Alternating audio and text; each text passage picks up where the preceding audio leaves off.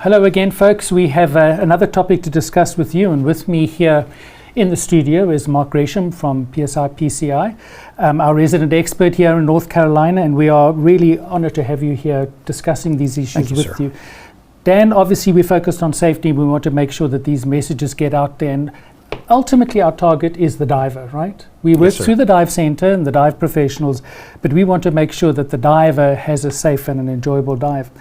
So one of the issues, not say issue, but one of the interesting things I see when I'm traveling around doing safety assessments at dive centers, and I haven't told you this yet, but often I look at the filling station and guess what? There's Mark's sticker on the side, meaning he's been there to inspect it, he's installed it.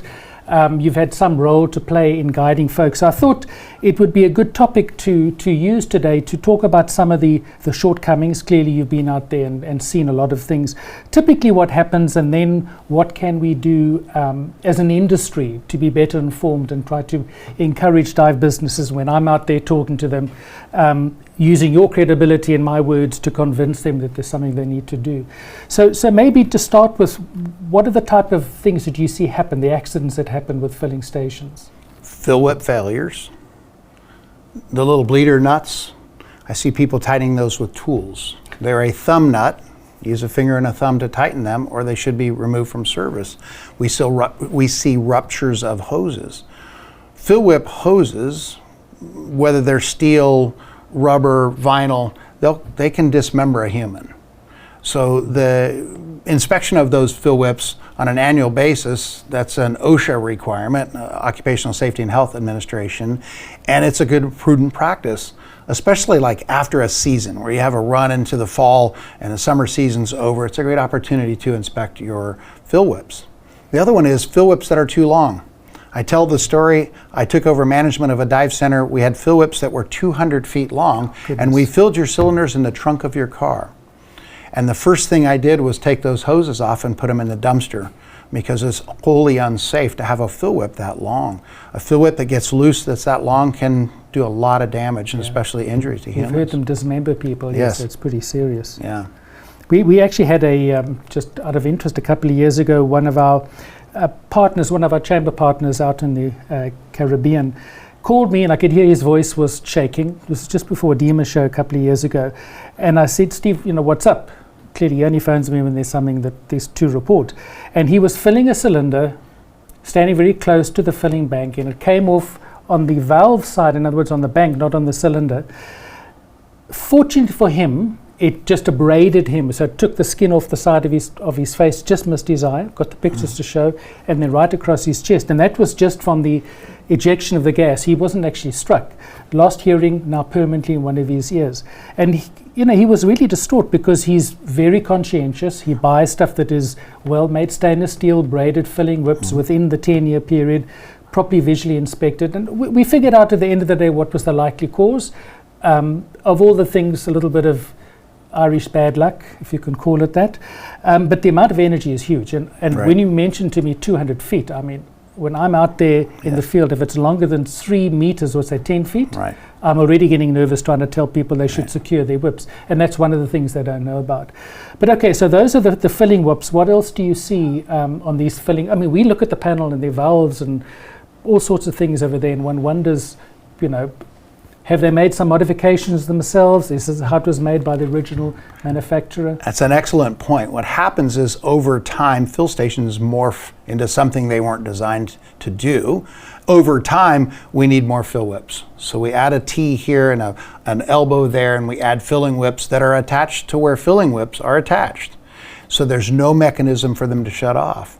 And if you have a fire, for example, in one nitrox cylinder with no backfill limiting, that can loop through your system very, very quickly and cause other cylinders to fail and or fill whips to fail, even if there are not cylinders attached.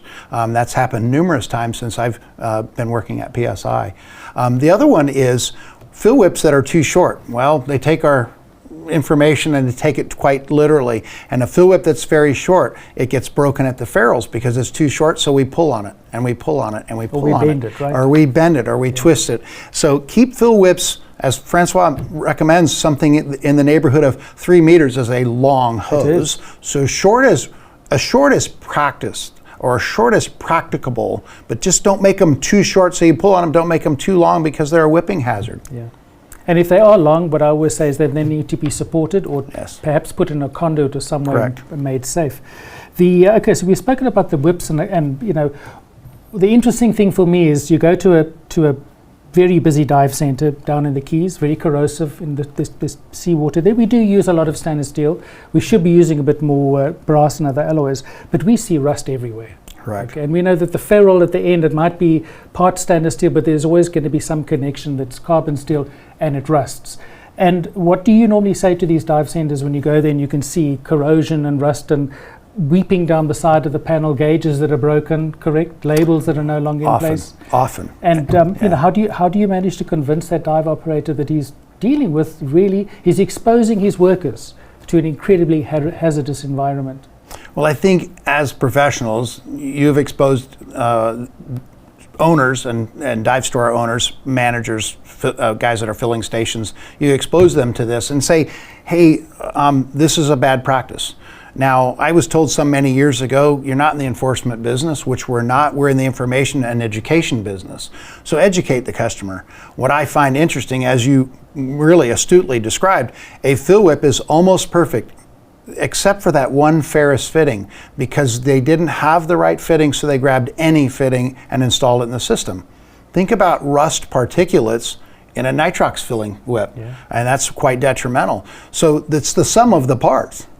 So I know I have a deficiency because that's the way I had to install it at the time, but to make a plan to solve the issue by making them all stainless. And as you astutely say, brass is a better choice than stainless steel, especially with high pressures of oxygen. Well, certainly with oxygen, when the pressure maybe is 2,500 PSI, but very high pressure stuff, we know we need to use stainless steel. Right. And stainless steel has its advantages and its disadvantages. Absolutely. And one disadvantage is it misthreads very easily, and people think they've tightened a joint, meanwhile it hasn't been tightened. So perhaps, you know, just some basic guidance to a dive operator. You know, once a year you should inspect, you should look for leaks. If you see corrosion, you should be cleaning it.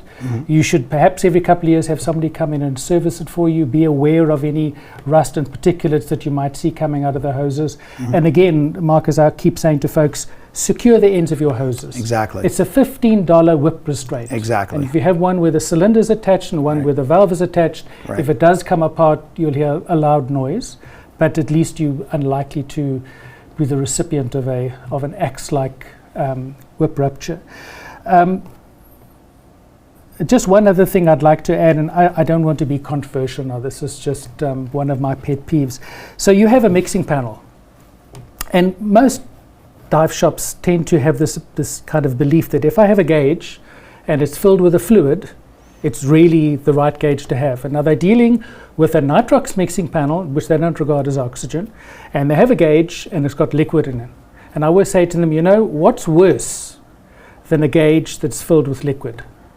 It's a gauge that was filled with liquid, where the level's below where it was, and there's no sign of it weeping down the panel. It tells me it's gone into the pipe, and you just need some oxygen. And they normally use glycerin, as you know. And glycerin, glycerin is the fly in the ointment. Having an oil-filled gauge or a glycerin-filled gauge that's not compatible with oxygen, and then you identify a leak. Well, where's the glycerin going? Where's the oil going? Well, you've put it in all your customer cylinders, or you've run it through your entire plumbing system, and then you run high pressures of oxygen through there, and the outcome can be very catastrophic. But it's all preventable. Maybe just to give a little bit of kind of, I won't say an excuse, but where we would use them is on the compressor, because of the vibration on the compressor. You'd expect the final pressure gauge before the filter system to be liquid filled, and they need to be, pay attention to the level of the liquid. But if it was to rupture at that stage, it would be caught in the filter system. Right. But as you know, you go there and you see a compressor, and the dive shop owner is so proudly showing me everything that he has, and there's a gauge that isn't working, or a gauge that's, or the liquid's leaked out. You know, you'd think it's kind of a no-brainer. You really hit a very important point there about enforcement. We're not going to enforce safety into the industry. That's a punishment. In fact, the biggest enforcement is the lawsuits that follow. Our job is to make people aware of the risks. If they're doing something really stupid, we need to stand up and say, look, for your own benefit, these are the things that could happen. And certainly from a Dan point of view, we're not the scuba police. And people often come to us and say, I've seen this at a dive shop, what are you going to do about it? And my only answer is, my team, we know is, well, what we can do is talk to the dive shop owner, but not to go and threaten them, but just to explain. Or we'll write an article, do a webinar, try to get that information out there without being personal. So thank you, Mark. As I said, I see your sticker up on many of the fill panels, so I kind of know what to expect in terms of build quality. Sadly, it's not always the case, and really busy dive shop owners should pay attention to their filling stations. So that's what we have to share with you today, and look forward to another one of our broadcasts. We should be back fairly soon. Okay.